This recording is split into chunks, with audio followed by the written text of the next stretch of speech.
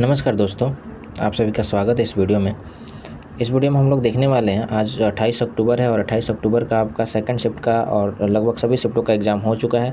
तो हम लोग इस वीडियो में सेकंड शिफ्ट के क्वेश्चंस को एनालिसिस करने वाले हैं और एक तरह से कहें तो यह मेगा एनालिसिस है। अगर आप इस वीडियो को देख के जाते हैं तो कल आने वाले शिफ्टों में इस वीडियो से ही आपको कई क्वेश्चंस देखने को मिलेगा। साथ ही मैंने कल जो आपको टॉपिक्स बताए थे उस टॉपिक से आज सारे क्वेश्चंस उसी टॉपिक से पूछे गए, एक दो क्वेश्चंस को छोड़कर। और 18 जो आपका 1857 की क्रांति है उससे अभी भी क्वेश्चन नहीं आया हुआ है, तो कल के लिए इससे क्वेश्चन आ सकते हैं। तो आप उस वीडियो को भी जाकर देख लीजिए और साथ में इस वीडियो को अगर आप ध्यान से देखते हैं तो इसको बहुत विस्तार से आपका एनालिसिस कराया जा रहा है इसमें, तो यह आपके लिए काफ़ी ज़्यादा हेल्पफुल होगा। तो चलिए देर न करते हुए हम लोग वीडियो को शुरू करते हैं। साथ ही यदि आप चैनल पर नए हैं तो चैनल को सब्सक्राइब कर दीजिए और वीडियो को लाइक कर दीजिए। यदि आप इस वीडियो का PDF चाहते हैं तो आप हमारे टेलीग्राम चैनल से जुड़ जाइए, जिसका लिंक आपको डिस्क्रिप्शन बॉक्स में मिल जाएगा।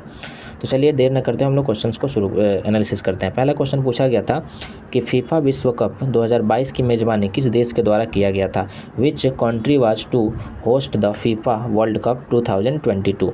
तो यह कतर के द्वारा किया गया था। साथ में यह कौन सा संस्करण था, तो यह 22वां संस्करण था। 20 नवंबर से 18 दिसंबर 2022 तक आपका यह आयोजन हुआ था और 32 देशों की पुरुष राष्ट्रीय फुटबॉल टीम ने इसमें हिस्सा लिया था। पहली बार यह किसी अरब देश में आयोजित होने वाला टूर्नामेंट था, ये फुटबॉल का टूर्नामेंट था। और साथ में फीफा विश्व वर्ल्ड कप 2026 जो है वह कहाँ आयोजित किया जाएगा, तो कनाडा, मैक्सिको और संयुक्त राज्य अमेरिका में आयोजित किया जाएगा। यह टूर्नामेंट 11 जून से 19 जुलाई 2026 तक चलेगा और यह 3 देशों में आयोजित होने वाला पहला फीफा विश्व कप होगा। इसमें 32 टीमों की बजाय 48 टीमें भाग लेंगी। इस जो आपका 22वां संस्करण था इसमें कितनी टीमें भाग ली थी, 32 टीमों ने भाग लिया था। लेकिन जो कतर में जो आपका कनाडा में आयोजित होने वाला है यानी 2026 का जो फीफा विश्व कप होगा वो आपका 48 टीमें उसमें हिस्सा लेंगी। आगे अगर देखा जाए कि 2018 में जो फीफा वर्ल्ड कप हुआ था यह कहाँ हुआ था, तो यह रूस में हुआ था और इसमें विजेता की अगर बात की जाए तो फ्रांस विजेता हुआ था। अब तक 2 खिताब जीत चुका है वो, और उप विजेता जो था वो क्रोएशिया था। चलिए आगे देखते हैं अगला क्वेश्चन। अगला क्वेश्चन था भारतीय उड्डयन महानिदेशालय कौन है, यानी who is the director general of civil aviation. तो ये है विक्रम देवदत्त। इनके बारे में अगर बात की जाए तो उन्होंने 28 फरवरी 2023 को अरुण कुमार की जगह यह पद संभाला है। विक्रम देवदत्त 1993 बैच के भारतीय प्रशासनिक सेवा यानी IAS अधिकारी हैं और इससे पहले वह air India asset holding limited के अध्यक्ष और प्रबंधक निदेशक के रूप में कार्यरत थे। चलिए अगला क्वेश्चन देखा जाए तो अगला क्वेश्चन पूछा गया था कि भारत ने पहली बार पैरा ओलंपिक में भाग कब लिया था। When did India first participate in the para Olympic. तो भारत ने जो पहली बार भाग लिया था, ध्यान रखिएगा ये पैरा ओलंपिक है, तो पैरा ओलंपिक में भारत ने पहली बार 1968 के ग्रीष्मकालीन पैरा ओलंपिक में हिस्सा लिया था। इसके बाद भारत 1984 में से हर साल हर ग्रीष्मकालीन पैरा ओलंपिक में शामिल हो रहा है। पेरिस 2024 में भारत ने 13वीं बार पैरा ओलंपिक में हिस्सा लिया था और भारत कभी भी शीतकालीन पैरा ओलंपिक में हिस्सा नहीं लिया है। यदि हम साधारण ओलंपिक की बात करें तो शीतकालीन जो ओलंपिक 2022 हुआ था, साधारण पैरा ओलंपिक नहीं बल्कि नॉर्मल जो ओलंपिक होता है वो चीन में कराया गया था और भारत की तरफ से मात्र एक व्यक्ति स्थर मोहम्मद आरिफ ने भाग लिया था। ओलंपिक खेलों में प्रथम व्यक्तिगत अगर पदक की बात की जाए नॉर्मल ओलंपिक में, तो इसमें KD जाधव जो थे उन्होंने 1952 में कुश्ती खेल में भारत को पदक दिलाया था। अगर प्रथम रजत की बात की जाए 2004 में मेजर राजवर्धन सिंह राठौड़ ने एथेंस ओलंपिक में हमें दिलाया था। नॉर्मल ओलंपिक है, ध्यान रखिएगा। प्रथम गोल्ड की अगर बात की जाए तो अभिनव बिंद्रा के द्वारा 2008 में बीजिंग ओलंपिक में शूटिंग में दिलवाया गया था। और प्रथम महिला की बात की जाए तो कर्णम मल्लेश्वरी थी जिन्होंने ओलंपिक में भारत को पहला ब्रॉन्ज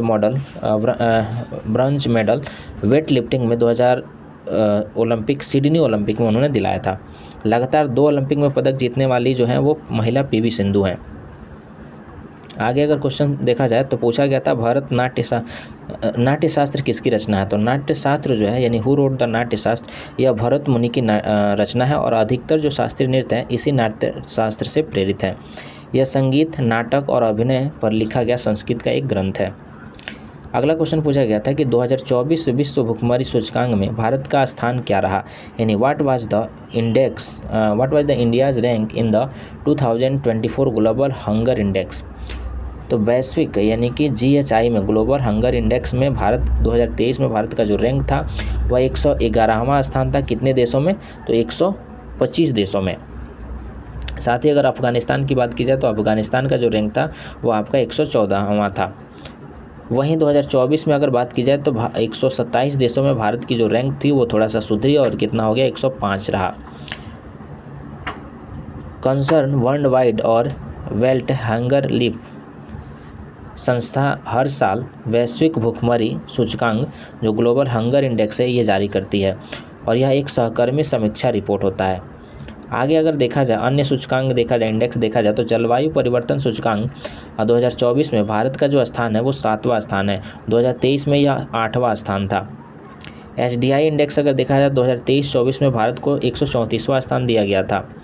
और साथ ही HDI के अनुसार अब भारत में जीवन प्रत्याशा जो है यानी कि लाइफ जो एक्सपेंसी है वो कितना हो चुकी है, 67.7 वर्ष हो चुका है तथा स्कूली शिक्षा के लिए संभावित जो वर्ष है वो 12.6 वर्ष हो गई है। HDI इंडेक्स की रूपरेखा विकसित करने का जो श्रेय है वो महबूब उल हक को दिया जाता है। साथ ही विश्व शांति सूचकांक में 2024 में भारत को जो रैंक दिया गया था वो 126वां स्थान दिया गया था। तो ये सब आपको याद रखना, आने वाले एग्जाम में काफ़ी ज़्यादा ज़रूरी होगा ये। अगला क्वेश्चन पूछा गया था कि अमृता शेरगिल ए लाइफ किसकी पुस्तक का नाम है, यानी Amrita Shergil a life is the name of whose book. तो अमृता शेरगिल जो है ए लाइफ बुक किताब जो है वो यशोधरा डालमिया ने लिखा है और यह किताब जो है वो किसके ऊपर है, तो यह अमृता शेरगिल के जीवन के ऊपर है। ध्यान रखिएगा, अमृता शेरगिल के जीवन के ऊपर है और किसके द्वारा लिखा गया है, तो यशोधरा डालमिया के द्वारा लिखा गया है। आगे क्वेश्चन पूछा गया था कि मणिपुर में रासलीला की शुरुआत किसने की थी, यानी हु स्टार्टेड द रासलीला इन मणिपुर। तो यहाँ एक राजा थे जिनका नाम था राजा भाग्यचंद्र, उनके द्वारा किया गया था। कहा जाता है कि सपने में इनको इसके सारे वेशभूषा के बारे में पता चला था और उस हिसाब से इन्होंने इसकी शुरुआत की थी। आगे क्वेश्चन पूछा गया था कि हुमायूं के मकबरे, कल मैंने आपको बताया भी था टॉपिक कि आपको हुमायूं से मुगल अगर हम साम्राज्य देखें तो उसमें स्थापत्य के बारे में पूछा जाएगा, मकबरा वगैरह से संबंधित क्वेश्चन पूछे जाएंगे। तो ये आपका आज के क्वेश्चन आपके शिफ्ट में देखने को भी मिला है कि हुमायूं के मकबरे का निर्माण कार्य किसने पूरा करवाया था।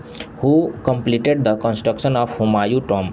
तो हुमायूं के मकबरे का जो निर्माण था वो मुगल सम्राट हुमायूं की पत्नी महारानी बेगम ने करवाया था और इस मकबरे का जो निर्माण था वो 1565 में शुरू हुआ था और 1572 में पूरा हुआ।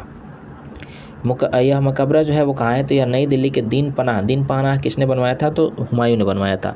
दीन पनाह अर्थात पुराने किले के निकट निजामुद्दीन पूर्व क्षेत्र में मथुरा मार्ग के निकट स्थित है ये। आगे अगर हम देखें अन्य जो मुगल साम्राज्य है उनके मकबरे कहाँ है, तो हुमायूं का जो मकबरा है वो कहाँ है, दिल्ली में है। ठीक है, उसके बाद आपका बुलंद दरवाज़ा जो है वो कहाँ है, फतेहपुर सिकरी में है और किसके द्वारा बनवाया गया था, अकबर के द्वारा बनवाया गया था। शालीमार बाग जो है वो श्रीनगर में है, किसके द्वारा बनवाया गया, जहांगीर के द्वारा बनवाया गया। अकबर का जो मकबरा है वो सिकंदरा यानी आगरा में है और किसके द्वारा बनवाया गया, तो अकबर द्वारा शुरू किया गया था और जहांगीर द्वारा इसे समाप्त करवाया गया। इत्मद-उल दौला का मकबरा जो है वो कहाँ है, तो ये आगरा में है और नूरजहाँ के द्वारा बनवाया गया था। आगे अगर देखा जाए जहांगीर का जो मकबरा है वो कहाँ है, तो यह शहादरा में है, शहादरा बाग लाहौर में है और इसको शाहजहाँ ने बनवाया था। और ताजमहल का देखा जाए तो ताजमहल तो सबको पता है आगरा में है और यह किसका मकबरा है, तो यह मुमताज़ महल और शाहजहाँ का मकबरा है और शाहजहाँ के द्वारा ही इसे बनवाया गया था। रेड फोर्ट की बात की जाए लाल किला का, तो दिल्ली में है और शाहजहाँ ने बनवाया था। शालीमार गार्डन जो है ये लाहौर में है और किसके द्वारा बनवाया गया था, तो शाहजहाँ के द्वारा बनवाया गया था। बीबी का मकबरा जो है वो कहाँ है, औरंगाबाद में है और कौन बनवाया था, तो आजम शाह ने इसको बनवाया था। सलीम चिश्ती का मकबरा जो है फतेहपुर सिकरी में है और किसने बनवाया था, तो यह अकबर के द्वारा बनवाया गया था। तो ये कुछ स्थापत्य हैं जिसको आपको ध्यान रखना है आने वाले एग्जाम्स के लिए, आने वाले शिफ्टों के लिए। अगला क्वेश्चन आपसे पूछा गया था कि 2023 में UNICEF के बच्चों के अधिकारों के लिए भारतीय एम्बेसडर किसे नियुक्त किया गया था। तो who was appointed as the Indian ambassador for children's right of UNICEF in 2023। तो इसको आयुष्मान खुराना को नियुक्त किया गया था। आयुष्मान खुराना को 18 फरवरी 2023 को UNICEF इंडिया का नेशनल एम्बेसडर नियुक्त किया गया था। आगे अगर क्वेश्चंस देखें तो पूछा गया था कि भारतीय स्वतंत्रता दिवस के 75वें वर्ष के जश्न की थीम क्या थी।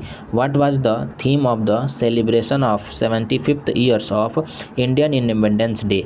तो क्या था, राष्ट्र प्रथम सदैव प्रथम, ये आपका इसका थीम था। मौलिक अधिकार से क्वेश्चन पूछा गया था। अब क्या क्वेश्चन पूछा गया था ये कंफर्म नहीं है। तो मौलिक अधिकार किस अनुच्छेद में है, शायद ऐसा ही क्वेश्चन था। आप लोग कमेंट बॉक्स में बताइएगा कि क्वेश्चन क्या था। Which article contain the fundamental rights. तो यह भाग 3 में है, संविधान के भाग 3 में है यानी पार्ट 3 है। और इसमें जो अनुच्छेद है वो आपका 14 से 18 समानता का अधिकार है यानी राइट टू इक्वलिटी है। और 19 से 22 स्वतंत्रता का अधिकार है यानी राइट टू फ्रीडम है। और उसके बाद आपका 23 से 24 जो है शोषण के विरुद्ध अधिकार है। और उसके बाद 25 से 28 जो है धार्मिक स्वतंत्रता का अधिकार है। 29 से 30 है जो है वो सांस्कृतिक और शिक्षा से जुड़ा अधिकार है। और 32 जो है वह संवैधानिक उपचारों का अधिकार है। 30 में आपका आर्टिकल जो 30 है इसमें धार्मिक और भाषाई अल्पसंख्यकों को संस्कृति को संरक्षित करने का अधिकार यह देता है। चलिए आगे देखते हैं। अगला क्वेश्चन पूछा गया था कि द्वितीय आंग्ल मैसूर युद्ध के दौरान आयरकुट द्वारा पोर्ट नोवो में किसे पराजित किया गया था, यानी who was defeated at Porto Novo by Eyre Coote during the second Anglo Mysore war. देखिए तो इसमें हैदर अली को पराजित किया गया था। किसे पराजित किया गया था, हैदर अली को पराजित किया गया था। दूसरा आंग्ल मैसूर युद्ध की अगर बात की जाए तो यह 1780 से 84 तक अंग्रेज़ों और हैदर अली के बीच लड़ा गया था। हैदर अली को फोर्ट नोवा की लड़ाई में ब्रिटिश कमांडर सर आयरकुट द्वारा पराजित किया गया था। अपने पिता, और इसमें इनकी मृत्यु भी हो गई थी, तो अपने पिता की मृत्यु के बाद टिप्पू सुल्तान जो थे उनके लड़के थे, उन्होंने युद्ध को जारी रखा।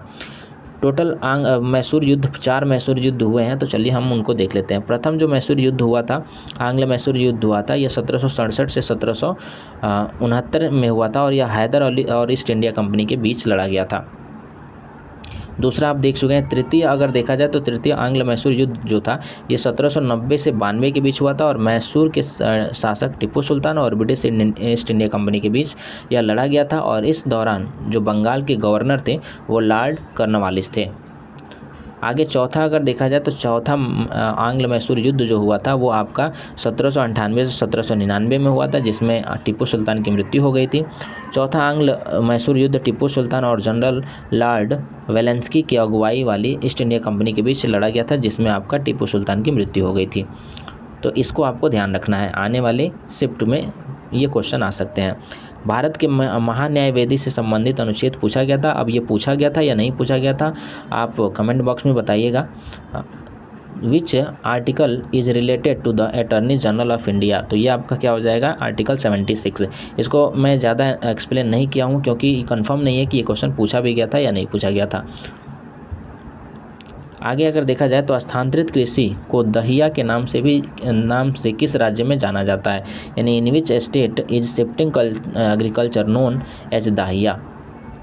तो देखिए जो शिफ्टिंग कल्टीवेशन है, यानी कि जिसे हम झूम भी कहते हैं, झूम कृषि भी कहते हैं, इसे अलग अलग राज्य में अलग अलग नाम से जाना जाता है। वैसे ही भारत में यह एक तरह से कहें तो आदिम रूप का खेती करने का तरीका। इसमें क्या किया जाता है, जंगल को साफ किया जाता है, वहाँ खेती की जाती है और जब तक वहाँ उपजाऊ ज़मीन जब तक बनी रहती है तब तक वहाँ खेती होती है। और जब ज़मीन की उर्वरता कम हो जाती है तो फिर इस जगह को छोड़कर जो व्यक्ति होते हैं, जो भी खेती कर रहा होता है, वो वहाँ से छोड़कर दूसरी जगह जाता है, दूसरी जगह फिर से वह सफाई करता है, फिर से खेती करता है और ऐसे करके वह चलते रहता है, जिसे झूम कल्टीवेशन कहा जाता है या शिफ्टिंग कल्टीवेशन कहा जाता है या फिर स्थानांतरित कृषि के नाम से जाना जाता है। तो इसको मध्य प्रदेश में बेबर और दाहिया के नाम से जाना जाता है, आंध्र प्रदेश में इसको पोदू और पेंदा के नाम से जाना जाता है, उड़ीसा में इसको पामी दाबी के नाम से जाना जाता है, पामी दाबी या कोमन या सीधा के नाम से जाना जाता है। तो अलग अलग राज्य में इसको अलग अलग नाम से जाने जाते हैं।